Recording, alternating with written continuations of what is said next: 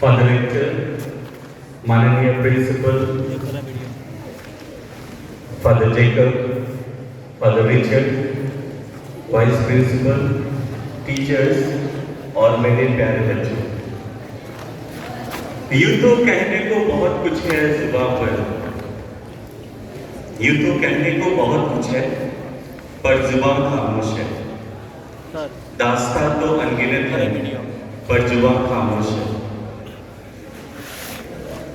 जरूरी नहीं हर बात कही जाए, कुछ बातें ऐसी होती है जो बिना कहे समझी जाती है। क्या करें, जुबान खामोश है।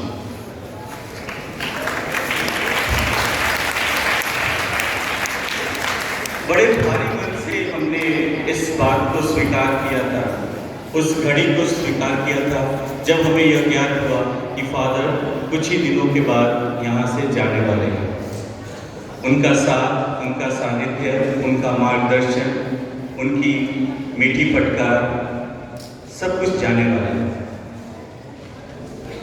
और मुझसे कहा गया कि आप अपना अनुभव उनके साथ, बच्चों के साथ शेयर करें।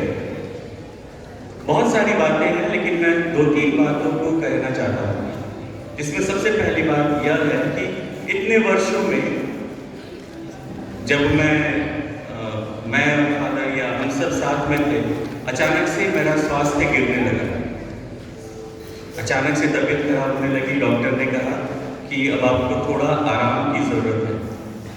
और मुझे यह बर्दाश्त नहीं हो रहा था कि अचानक से मुझे क्या हुआ।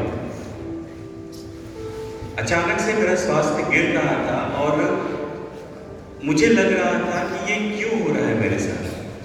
ये एक पहली तकलीफ थी जो मेरे जीवन में आई थी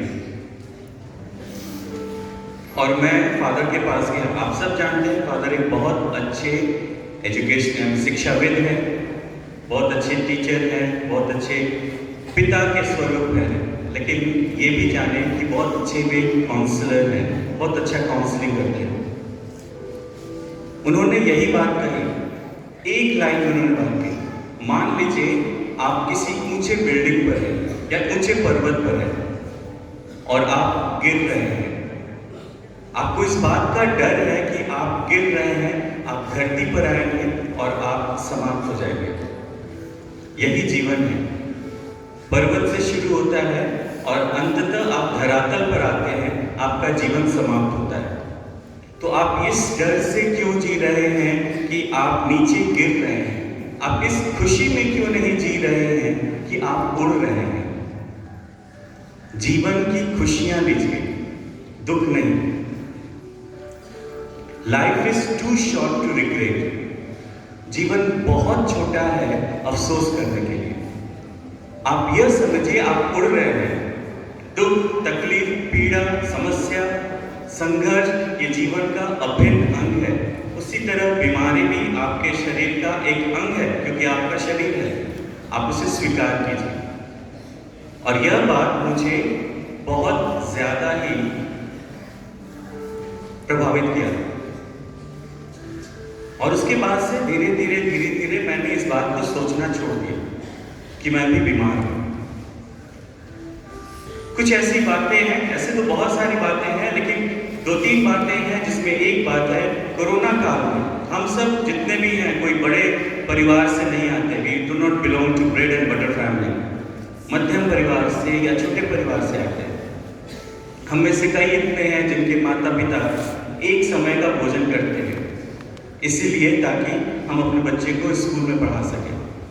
जहाँ कोरोना में हर जगह फीस लेने के लिए प्रिंसिपल्स के द्वारा, एडमिनिस्ट्रेटर के द्वारा हर विद्यालय में जोर दिया जाता था, फीस दीजिए, फीस दीजिए। हमारे फादर पूरे विद्या में मिसाल बने थे। उन्होंने फीस माफ किया था। जो गार्जियन आया, जो सक्षम नहीं था, जितना भी माफ करना था उन्होंने किया। ये बहुत बड़ी बात है और ये इस कारण से गार्जियंस यानी अभिभावकों के बीच में उनका स्थान बहुत ऊंचा हो गया और यही कारण है शायद आप लोग यहाँ पर हैं। इसलिए शुरू में ही हमने कहा था आप कृतज्ञ बने। उन्होंने आपके लिए बहुत कुछ किया और रही बात जाने की, हर किसी को जाना है, लेकिन अचानक से जाना थोड़ा डाइजेस्ट नहीं हो पा रहा है। अचानक से कहा गया कि फादर जा रहे हैं, किसी और प्रदेश में बसेरा बनाएंगे। हम लोगों से थोड़ा सा पता नहीं हम झेल पाएंगे नहीं। कल से आप उनकी कुछ बातों को, आज तो नहीं लेकिन कल से आप उनकी कुछ बातों को याद करेंगे। जैसे असेंबली में good morning teachers and students, वो शब्द सुनने को शायद ना मिले।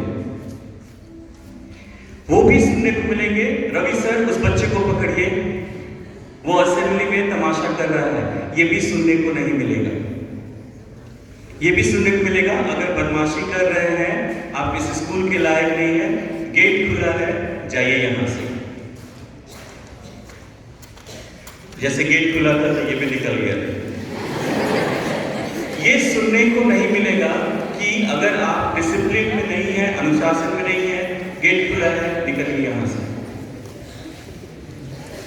और कभी कभी फादर से हम लोग की लड़ाई हो जाती थी, टीचर्स की लड़ाई, मतलब उठा पटक नहीं, लड़ाई मतलब बातचीत, अपनी भाषा में मतलब बाता बाता। इसीलिए क्योंकि जब कोई बच्चा बदमाशी करता है, स्पेशली क्लास 10 बहुत बदमाशी किया, और हमने क्लास 9 के कुछ बच्चे बदमाशी किए, हम लोगों ने कहा इससे निकाल बाहर कीजिए।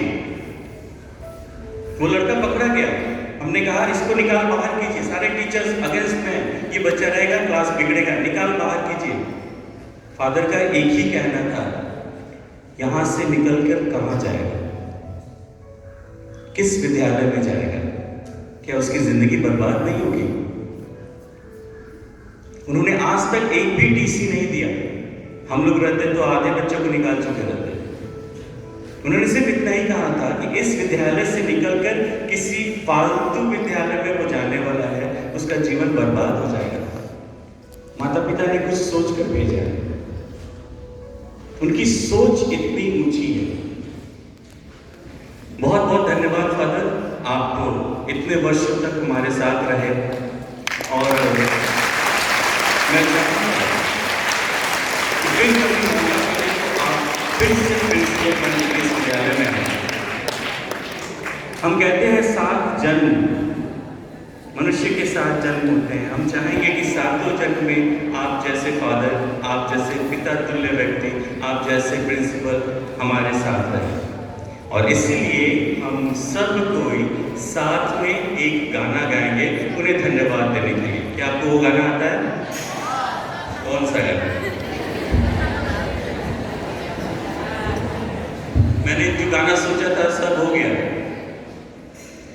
हमने सोचा था साथ में गाएंगे, वो सब हो गया। अब कौन सा गाना गाएं?